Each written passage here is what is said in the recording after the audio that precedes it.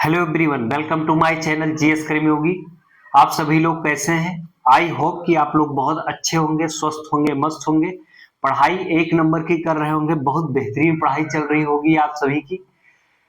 हम अपनी पिछली 9 क्लास पढ़ा चुके हैं, जिसमें हम होम गार्ड का जो सिलेबस शुरू किए थे उसमें हम सबसे पहले यूपी स्पेशल पढ़ा रहे हैं। तो यूपी स्पेशल की हमारी पिछली 9 क्लास हो चुकी है। हम आज अपनी 10वीं क्लास में उत्तर प्रदेश के रामसर स्थल की बात करेंगे और हम जानेंगे उत्तर प्रदेश में कितने रामसर स्थल हैं या कि कितनी उत्तर प्रदेश में कितनी आर्द्रभूमियां हैं। सॉरी, उससे पहले हम एक जानकारी दे देते हैं। तो हमारा जो ये बैच चल रहा है उत्तर प्रदेश होम गार्ड का, ये एकदम फ्री है। तो आप सभी लोग क्यों इतना कंजूसी कर रहे हो भाई? जो लोग भी मेरा क्लास देख रहे हो, आप सभी लोग अधिक से अधिक लोगों के पास शेयर करो ताकि अधिक से अधिक लोगों को फायदा मिल सके और आपको उत्तर प्रदेश के बारे में जानने का एक मौका मिलेगा। इतनी विस्तृत जानकारी उत्तर प्रदेश के बारे में आपको फ्री में मिल रही है, तो उसका लाभ उठाइए। बाकी जो लोग उत्तर प्रदेश होमगार्ड की तैयारी कर रहे हैं उनके उनका पूरा सिलेबस हम कंप्लीट करवाएंगे और बहुत जल्द पूरा सिलेबस कंप्लीट करवाने के बाद हम आपको मॉडल पेपर भी करवाएंगे। और उत्तर प्रदेश के किसी भी परीक्षा की आप तैयारी कर रहे हैं तो यूपी स्पेशल वहां पे आता है और ये मेरी क्लास आपके उत्तर प्रदेश के किसी भी परीक्षा के लिए बहुत बहुत बेनिफिशियल क्लास रहेगी, बहुत हेल्पफुल क्लास रहेगी।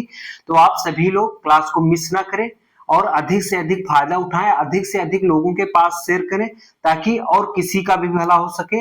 आप अपने तक देखकर क्लास ना रखें ताकि अपने पास रखने से ज्ञान बढ़ता नहीं है। इस क्लास को शेयर करोगे तो कोई और जानेगा उत्तर प्रदेश के बारे में, अपने प्रदेश के बारे में। सबको जानना चाहिए कि हमारे प्रदेश में कौन सी चीजें क्या क्या हैं। उत्तर प्रदेश के बारे में जानना बहुत जरूरी होता है, हर व्यक्ति को जानना चाहिए। तो फिर हम आपका टाइम ना लेते हुए फिर हम आइए बात करते हैं उत्तर प्रदेश के रामसर स्थल। तो जो उत्तर प्रदेश में आर्द्रभूमियां हैं, सबसे पहले हम ये जान लेते हैं। कोई भी टॉपिक पढ़ने से पहले हम आपको सीधा ये पढ़ा सकते हैं कि कौन सा आर्द्रभूमि किस जिले में है और कब कौन सी आर्द्रभूमि घोषित की गई। लेकिन हम उससे पहले थोड़ा जान लेते हैं आर्द्रभूमि किसे कहते हैं। आर्द्रभूमि वह दलदली क्षेत्र है जिसमें या तो सदा पानी भरा रहता है, वह संतृप्त अवस्था में होती है, या थोड़ा सा असंतृप्त अवस्था में होती है। कुछ ही बारिश के मौसम में ही पानी भरता है और उसके बाद सूख जाता है, और नहीं तो परमानेंट पानी भरा रहता है। इसमें विशेष प्रकार के जलीय जीव पाए जाते हैं। और जो आर्द्रभूमि है, ये जैव विविधता का हॉट स्पॉट होता है। यहाँ पे अत्यधिक जैव विविधता पाई जाती है। आर्द्रभूमि के ऊपर जीव जंतु, पशु पक्षी एवं मनुष्यों का जीवन निर्भर होता है। आर्द्रभूमि वह दलदली क्षेत्र है, या तो वो पानी से विशेष क्षेत्र, बड़ा सा क्षेत्र होगा जहां पानी या तो हमेशा भरा होगा या तो जल भराव नहीं भी होता है, तब भी वह दलदली क्षेत्र होता है। आर्द्रभूमियां वो एक सबसे बड़ा महत्वपूर्ण भूमिका वो निभाती हैं। जो पानी जल भराव होता है, जमीन के अंदर से हम जो पानी निकाल रहे यूज कर रहे हैं, इस पानी को अंदर स्टोर करने का काम आर्द्रभूमियां सबसे अच्छा करती हैं। आर्द्रभूमि से ज्यादा अच्छा कार्य कहीं से नहीं होता है। आर्द्रभूमि जो है वहां पे अगर पानी भरता वो दलदली क्षेत्र, तो वहां से पानी सीधा भूमि के अंदर स्टोरेज होता है, इकट्ठा होता है, जो हम फिर यूज करते हैं अपने भविष्य में, और हम अपने आने वाले पीढ़ियों के लिए भी उसको सुरक्षित रखना चाहते हैं। तो आर्द्रभूमियों को हमें बचाना क्यों जरूरी है, इस पे चर्चा हुई सन 1971 में। 1971 में रामसर एक स्थल है जो ईरान देश में रामसर जो है, ये एक रामसर शहर है, वो भी कहां पे है, ईरान में है। यहां पे पर्यावरणविद इकट्ठा हुए और उन्होंने रिसर्च किया तो पाया कि आर्द्रभूमियां नष्ट होती जा रही हैं। आर्द्रभूमियों को कैसे बचाया जाए, तो पर्यावरणविद ने एक विचार प्रकट किया कि अगर आर्द्रभूमि अगर नष्ट हो गई तो भविष्य में जल संकट और जैव विविधता संकट दोनों आ जाएगा, और पशु पक्षी, जीव जंतु, मनुष्यों के ऊपर गहरा संकट बहुत जल्दी संकट आ जाएगा। तो उस संकट को न आने देने के लिए और आर्द्रभूमि बचाने के लिए रामसर में 1971 में सब लोग इकट्ठा हुए और वहीं से एक प्रस्ताव पास किया गया कि अब हमें जो दलदली क्षेत्र है या जो ऐसे सेंसिटिव क्षेत्र हैं उनको कैसे बचाया जाए, तो हर देश की सरकार को सूचित किया गया। तो इस एग्रीमेंट में अधिकतर सरकार राजी हो गई और आर्द्रभूमि के संरक्षण के लिए सारी सरकार अब विशेष व्यवस्था करने लगी। आर्द्रभूमि को बचाने के लिए सरकार प्रयासरत है, हर देश की सरकार प्रयासरत है। और फिर हम जानते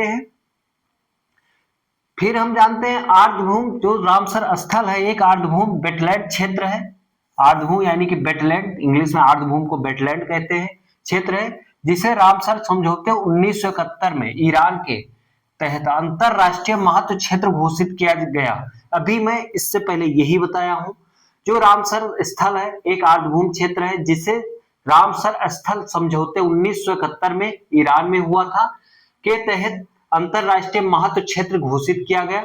जो रामसर स्थल है इसकी मीटिंग, जो रामसर समझौता है इसका जो समझौता है ये 2 फरवरी 1971 को हुआ था, इसलिए 2 फरवरी को आर्द्रभूमि दिवस के रूप में मनाया जाता है। अगर आपसे पूछा जाए आपके परीक्षा में कि आर्द्रभूमि दिवस किस तारीख को मनाया जाता है या किस डेट में मनाया जाता है, तो आपकी 2 फरवरी होगी। 2 फरवरी को आर्द्रभूमि दिवस मनाया जाता है। 2 फरवरी 2025 तक, हम कब की बात कर रहे हैं, 2 फरवरी 2025 तक भारत में कुल 89 रामसर स्थल थे, जिसमें से कुल उत्तर प्रदेश में 10 स्थित है। ठीक है, कितने हैं उत्तर प्रदेश में? उत्तर प्रदेश में उसमें से 10 स्थित है। लेकिन ये जब आप पेपर देने जाना तो आर्द्रभूमि का आंकड़ा जरूर देख लेना मेरे दोस्त, क्योंकि ये बढ़ता रहता है, घटता नहीं है, बढ़ता रहता है। अभी जल्दी में आंकड़ा देखोगे तो हमें लगता है ये 95 के करीब पहुंच गया है रामसर स्थल, लेकिन ये 2 फरवरी 2025 तक का है। तो हम जानते हैं उत्तर प्रदेश में 10 रामसर स्थल कौन कौन से हैं। तो आइए हम जानते हैं। ऊपरी गंगा नदी जो है, ऊपरी गंगा नदी, इसका विस्तार जो है ब्रज घाट से लेकर के नरोरा क्षेत्र तक फैला हुआ है। इसका क्षेत्रफल लगभग 84 किलोमीटर क्षेत्र में है। ये किस किस जिले में फैला हुआ है? ऊपरी गंगा नदी जो है ये पहली आर्द्रभूमि घोषित की गई थी। आप याद रखना उत्तर प्रदेश का पहला आर्द्रभूमि क्षेत्र कौन सा है, तो ऊपरी गंगा नदी क्षेत्र है। ये है बिजनौर, मेरठ, हापुड़, अमरोहा, मुजफ्फरनगर, जो नवंबर 2025 में घोषित किया गया था। नवंबर 2005 में घोषित किया गया था। ऊपरी गंगा नदी जो पहला घोषित किया नवंबर 2005 में घोषित किया गया था। सरसई नावर हम देखते हैं किस जिले में है। सरसई नावर आपका इटावा जिले में है। ये सितंबर 2019 में घोषित किया गया था। नवाबगंज था यहाँ पे। नवाबगंज पक्षी विहार कहाँ पे है? उन्नाव में है। सितंबर 2019 में घोषित किया गया। सांडी पक्षी विहार जो है आपका ये हरदोई में है। सितंबर 2019 में घोषित किया गया। ये जो 3 आर्द्रभूमियां हैं, सरसई नावर, नवाबगंज पक्षी विहार, सांडी पक्षी विहार, ये तीनों सितंबर 2019 में घोषित की गई। एक साथ में 3 घोषित की गई, जो वो है सरसई नावर, नवाबगंज और सांडी। सरसई नावर जो है आपका देख लेते हैं कहाँ पे है, इटावा में है। नवाबगंज पक्षी विहार उन्नाव में, सांडी पक्षी विहार हरदोई में है। ये तीनों सितंबर 2019 में घोषित किया गया। समसपुर पक्षी विहार जो है ये आपका रायबरेली में स्थित है। ये अक्टूबर 2019 में घोषित किया गया। पार्वती अर्गा पक्षी विहार जो है आपका गोंडा जिले में है। गोंडा जिला अयोध्या जिले के बगल है। प्रभु श्री राम की जो धरती है, जन्मभूमि है, उसी के बगल जस्ट गोंडा है, उसमें पार्वती अर्गा पक्षी विहार है। दिसंबर 2019 में घोषित किया गया था पार्वती अर्गा पक्षी विहार। सूर सरोवर या कीठम झील जो है आगरा में स्थित है। ये अगस्त 2020 में घोषित किया गया था। हैदरपुर आर्द्रभूमि जो है मुजफ्फरनगर या बिजनौर जिले में है। ये अप्रैल 2021 में घोषित किया गया था। बखिरा पक्षी वन्यजीव विहार जो है वो संत कबीर नगर में स्थित है, जो जून 2021 में घोषित किया गया था। तो आइए हम जानते हैं, एक बार फिर से यहीं पे रिवीजन कर लेते हैं ताकि एक बार पढ़ने से हमें याद नहीं होता तो हम तुरंत दोबारा जल्दी में देख लेते हैं, ताकि आपको हर एक चीज हमारी क्लास में याद हो जाए। हमारी यही कोशिश है कि हम जो पढ़ा रहे हैं वो हमारी क्लास में आपको याद हो जाए, ताकि आपको एक बार रिवीजन करके चले जाए तो आपको परीक्षा देने में कोई दिक्कत ना हो। तो ऊपरी गंगा नदी जो है ये बिजनौर, मेरठ, हापुड़, अमरोहा, मुजफ्फरनगर जिले में है। सरसई नावर झील जो है इटावा में है। ये आर्द्रभूमि है, याद रखना। नवाबगंज पक्षी विहार आर्द्रभूमि कहाँ है? उन्नाव में है। सांडी पक्षी विहार आर्द्रभूमि कहाँ है? हरदोई में है। समसपुर पक्षी विहार वेटलैंड कहाँ? रायबरेली में है। समान पक्षी विहार वेटलैंड कहाँ पे है? मैनपुरी में है। पार्वती अर्गा पक्षी विहार कहाँ पे है? गोंडा में है। सूर सरोवर या कीठम झील किस जिले में है? आगरा में है। हैदरपुर आर्द्रभूमि यानी कि वेटलैंड मुजफ्फरनगर और बिजनौर में है। बखीरा पक्षी वन्यजीव विहार संत कबीर नगर में है। तो इस प्रकार से आपकी आर्द्रभूमियां, ये उत्तर प्रदेश की 10 आर्द्रभूमियां हो गई। तो आर्द्रभूमियों को रट लेना, याद कर लेना, गलत ना हो। ये उत्तर प्रदेश के लगभग सभी परीक्षाओं में पूछा गया है और ये आपके परीक्षा में पूछा जाएगा।